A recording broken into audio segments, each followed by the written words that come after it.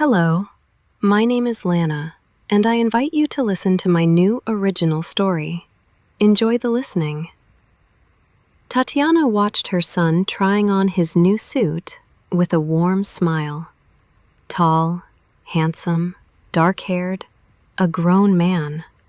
But for her, he was still the same little boy she had once been afraid to drop while falling asleep from exhaustion. Tomorrow, he was getting married. The thought trembled quietly inside her, joyful and anxious at the same time. Ilya stood in front of the mirror. He adjusted the collar, pulled down his sleeves, carefully examined himself from every angle. Then he nodded with satisfaction. "Nice suit," he said, almost proudly. "And the color is good. It looks expensive." It was expensive, Tatiana thought. But aloud, she said something else. "The most important thing is that you feel comfortable. I'll see you at the ceremony. I'll probably cry." Ilya turned around sharply. "At the ceremony? Mom, are you really planning to come?" Tatiana looked confused. "Of course, why not? I thought you were joking when you said that." He walked slowly across the room, as if choosing his words carefully. It was obvious he had been thinking about this conversation for a long time. "It wasn't a joke," he finally said. "You understand what Alina's parents are like, right? There will be a completely different crowd there. Money, connections, status. You'll feel uncomfortable, and I'll be worried about you." "Mom, why would you need that?" He sat down next to her. He gently squeezed her hand. It looked affectionate, but there was more pleading in the gesture than warmth. "Just imagine how you'll look next to their relatives. All those aunts and friends, expensive dresses, jewelry. And you," he paused, "I'll feel embarrassed. Do you understand?" Tatiana's heart tightened. "Why embarrassed?" she asked quietly. "I already bought a dress, a new one, blue. The saleswoman said it suits me very well." Ilya gave a crooked smile. "Mom, blue? Are you serious?" "It's neat, modest," she hurried to explain. "I really tried to choose something nice." "Neat," he said irritably. "It doesn't matter. Whatever it is, it will look out of place." He turned away, clearly showing the conversation was over. "You just don't understand," he said over his shoulder. "There will be different people there, a different level. Expensive dresses, perfect makeup, well-groomed faces. And you," he paused, "you'll look too simple next to them." Tatiana wanted to say something, but the words got stuck in her throat. Her own son, her only one. And he was ashamed of her. Ilya silently picked up his backpack and the suit cover. He walked toward the door. At the doorway, he stopped for a moment. "Please, don't come. No one there will be happy to see you." The door closed. Outside, the evening slowly grew darker. Tatiana still sat on the sofa without moving. At first, there were no tears, only emptiness. The tears came later, when she turned on the light and took an old photo album out of the dresser. That album held her whole life, without gloss, without decoration, real. And at that moment, Tatiana still didn't know something important. This was not the end. It was only the beginning. Tatiana sat for a long time, looking at the old album. The photographs were worn, some faded, some had bent corners, but they held everything she had hidden for so many years, even from herself. She slowly turned the page. In the first photograph, there was a little girl. Serious gray eyes, far too serious for a 2-year-old child. The dress was too big, as if borrowed from someone else. Next to her stood a woman, empty eyes, a distant look, an uncertain smile. Even in the photograph, it was obvious. She was drunk. Tatiana was 2 years old when her mother was deprived of parental rights. She disappeared from her life, without explanations, without goodbyes. When she grew up, Tatiana never once tried to find her. Some people leave in such a way that you don't even want to bring them back into your memories. The next photograph was a group picture, an orphanage. 10-year-old Tanya stood in the second row, third from the left. Unruly hair, tightly pressed lips, a tense look. By that time, she already understood one thing. If you are weak, you will be broken. If you stay silent, you survive. Life in the orphanage was cruel. The caregivers shouted. The kitchen staff stole food. The older children raised the younger ones by their own rules. Complaining was useless. There, everyone quickly learned one thing. You could only rely on yourself. Tatiana stopped believing in fairy tales very early. She simply waited for the day she could leave and start living for real. After school, she didn't dream about any profession. She needed to earn money. And that was how she became a waitress in a roadside cafe, with the simple name, By the Road. Long shifts, sticky tables, tired drivers. The pay was low, but tips sometimes saved her.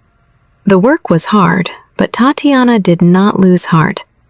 Her room in the shared apartment was tiny, but it was her own. Her neighbors, an elderly couple, treated her kindly. There was almost no money, but she developed a strange, unexpected gift, the ability to look neat and even beautiful on almost nothing. Second-hand clothes, a needle and thread, and an old thing could be made to look new again. That was when Vladimir appeared in her life. She turned the page, and as always, her heart tightened painfully. Summer, green grass, a laughing Tatiana wearing a wreath of wildflowers, and beside her, a man, tall, dark-haired, with warm eyes. Vladimir. They met by chance. That morning, the cafe was unusually crowded. Tatiana was rushing between tables, trying to be everywhere at once, when suddenly she stumbled. A glass of tomato juice tipped over right onto a man sitting by the window. A bright red stain spread across his light-colored shirt. Tatiana froze in horror. The owner of the cafe rushed out immediately, started fussing, shouting, threatening to fire her. But the man suddenly smiled calmly. "Don't worry," he said. "These things happen." He held out his keys. "There's a t-shirt in the car? Could you please bring me the backpack from the back seat?" When they were finally alone, Tatiana was able to breathe again. "I'm so sorry," she said. "I'll pay for everything." "There's no need," he answered gently. "By the way, what's your name?" "Tatiana." "Vladimir." He held out his hand. She shyly shook it and, for the first time, looked carefully into his face. His smile was calm. His vzglad was attentive, the kind that makes you feel warmer inside. Vladimir began coming to the cafe more and more often. Then he started waiting for her after work. He brought her simple bouquets. He joked. He listened carefully. With him, for the first time in her life, Tatiana felt not like a waitress, Not like a girl with no past, but like a woman. It was love. Real love. The kind that happens only once and stays with you forever, even if life later breaks everything apart. They spent all their free time together. They walked, they laughed, they dreamed. Vladimir spoke about the future so easily, as if everything had already been decided. Tatiana believed him. She wanted to believe. But in the autumn, everything collapsed. His family was against them. First came the phone calls, then the hints, then direct threats. Tatiana was made to understand very clearly she was not a suitable match. Not the right level, not the right background. And then something happened that Tatiana could not speak about for a long time, not even in her own thoughts. A false accusation, a trial, a prison sentence. It was only in prison that she found out she was pregnant. Tatiana tried not to remember the time she spent there. It was too painful, too frightening, too unjust. She was released early, miraculously without losing the child. There was no work. There was no money. There was only her little son and the feeling that for his sake she had no right to give up. And she endured. Tatiana closed the album and pressed it to her chest. The past had not disappeared. It had simply been waiting for its moment. And she still did not know that very soon that past would enter her life again, not as pain, but as a chance. Tatiana did not dare to turn the next page of the album for a long time. These memories were the heaviest of all, not because they held more pain, but because there was no one in them except her and the little person for whom she was now responsible. She was released early. Her son was only a few months old. The outside world met her with suspicion. No one needed a woman with a criminal record, no support, and a baby in her arms.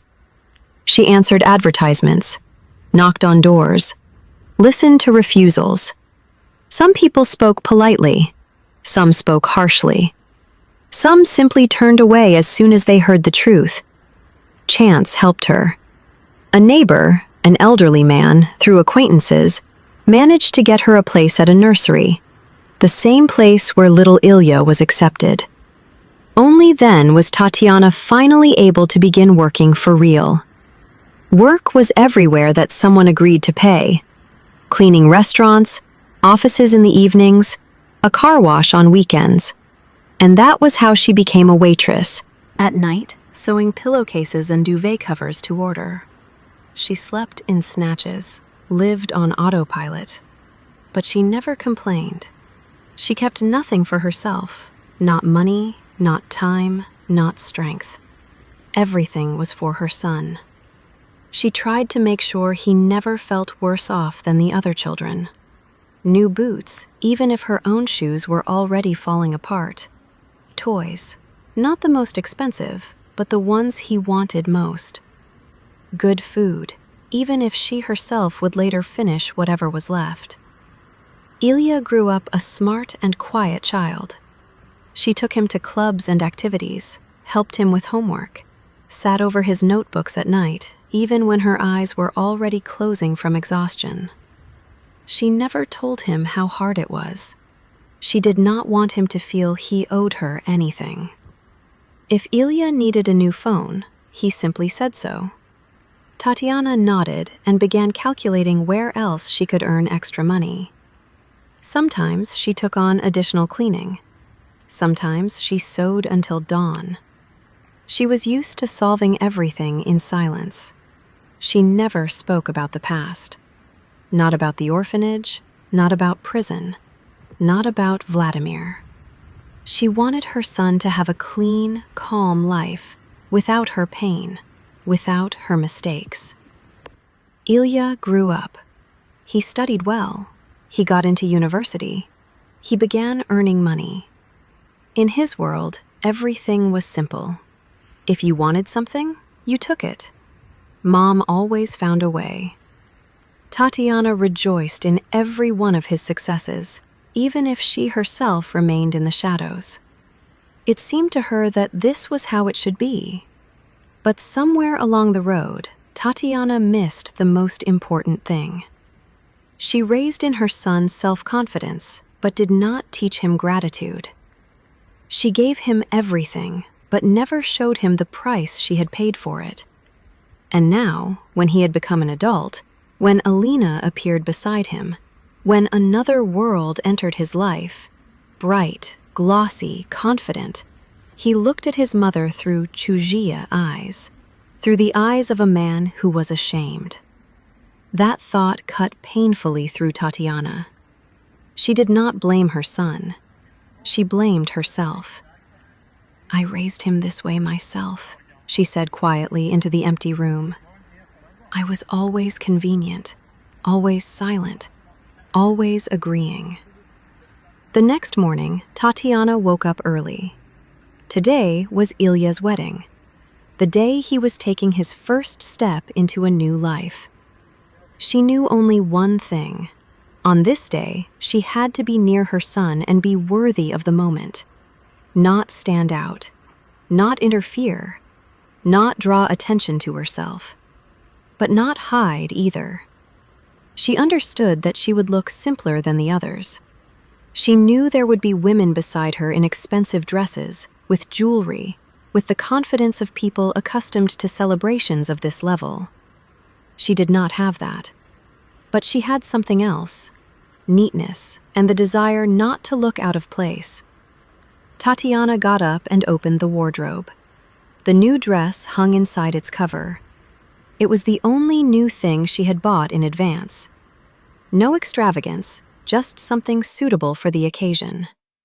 She already had the shoes and a small handbag. Not new, but clean, neat, and matched in tone. Everything looked modest but dignified. As she dressed, Tatiana did everything slowly and carefully. She was not trying to seem like someone she was not. She simply wanted to look neat beside her son. And that was enough. At the salon, for the first time in a long while, she allowed herself not to rush. They did her hair neatly, applied light, discreet makeup, tidied her hands. A simple, well-groomed manicure. When Tatiana looked in the mirror, she held her gaze longer than usual. A woman was looking back at her whom she almost did not recognize. Not because that woman was more beautiful, but because she looked different, more confident, the way Tatiana had never seen herself before. She liked the stylist's work, but what struck her most was something else. The feeling that today she looked as if she had the right to be there. She looked at herself as a whole. Yes, she would look simpler than the others, but in this appearance she felt no wish to hide and no need to justify herself. The registry office was crowded and noisy. A ceremonial melody, official words, guests moving about. Tatiana stayed slightly aside, not trying to be closer than necessary. She looked at her son and caught herself noticing that she saw him at once as an adult, serious and slightly tense. She had never known him like this before. Ilya noticed her almost immediately. "Mom," he said quietly, "you came?" "Yes," Tatiana answered calmly. "I'm here." He looked at her carefully, as if trying to catch something unfamiliar. Perhaps he had expected to see that same simple mother whom he had already mentally pushed aside from this day. Instead, he saw a woman who did not stand out awkwardly from everything around her, and that reality disturbed him even more. Then Alina approached them. She looked happy and nervous. "Tatiana Sergeyevna, I'm truly glad you came," she said warmly. The ceremony passed quickly. Signatures, official congratulations, camera flashes. Tatiana applauded with everyone else, smiling quietly, without display. Inside, it ached. But it was light. This was her son's day. After the registry office, everyone went to the restaurant. There, the feeling was completely different. Music, laughter, toasts. The guests took their seats. Waiters moved between the tables. Tatiana took a place not in the center, but not at the edge either. Somewhere she felt calm. She watched everything without interfering. Watched Ilya laugh. Watched Alina answer congratulations.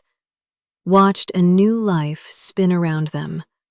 One she was now entering differently. No longer as the main person, but as part of the past that still had not gone anywhere. When the parents' toasts were announced, Tatiana stood up. She took the microphone steadily, without trembling. "Today, a new life begins for you," she said. "I wish you to walk through it together and never lose those who stood beside you long before this day. Take care of what you have. It is the most precious thing." She was already about to return to her seat when suddenly she felt a gaze on her. Not accidental, too intent. Tatiana raised her eyes, and for a second, everything around her seemed to disappear. Gray eyes. The same ones. The man was looking at her without hiding his shock. "Tatiana," he breathed out. "Is it really you?" She froze, unable to find words at once. "Vladimir." He stepped closer and began speaking quickly, confusedly, as if afraid she would disappear again. "I looked for you everywhere, for years. You vanished. You simply disappeared. They told me you had left, that you had chosen someone else, but you were nowhere. I tried doing it.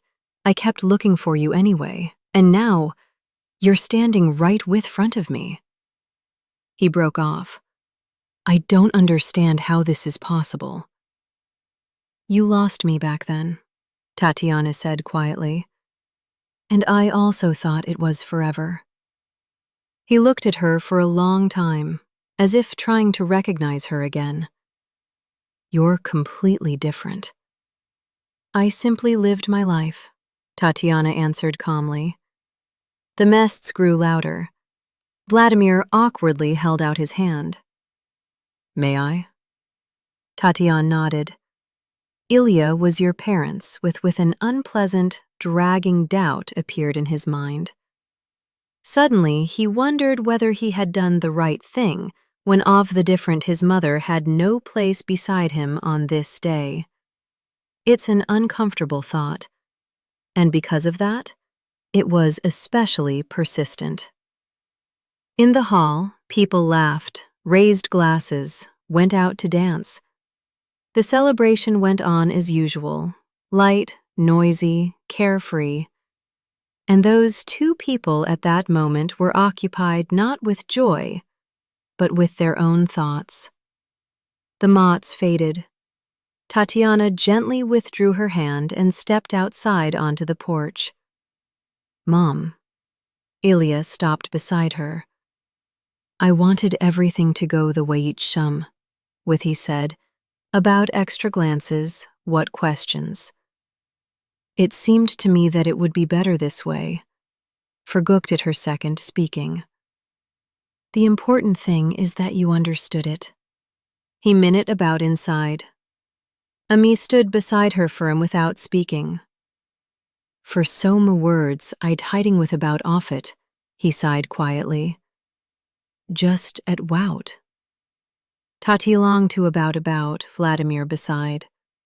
Vladimir not the looking for questions. Tati looked ahead, without of anxiety, without no long felt herself to anyone, without doubt.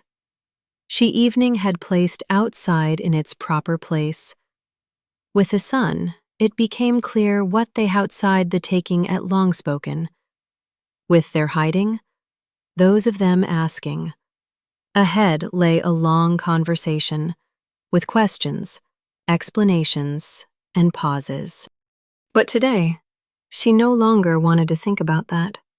"It's late," Tatiana said. I should go home. I'll call you a taxi, said Vladimir. She shook her head. No, I want to walk. To be on the road a little. He looked at her carefully, accepting that decision. Then I'll walk with you. Tatiana nodded. They walked side by side, without hurrying. Not because everything had become clear, but because they no longer wanted to turn away from what mattered. I have too many questions, Vladimir said after a pause, and not a single answer. Tatiana walked silently for a while. Then she said, I did not disappear of my own will. Life simply turned out in such a way that I had no chance to come back and explain everything. He looked at her attentively, but did not interrupt. We'll talk about it. Not all in one evening. But I'm not hiding anymore, Tatiana added. Vladimir nodded. Ahead of them was an ordinary evening city. Quiet, living its own life. They walked side by side, knowing that the long conversation still lay ahead. And this time, there would be no walking away from it.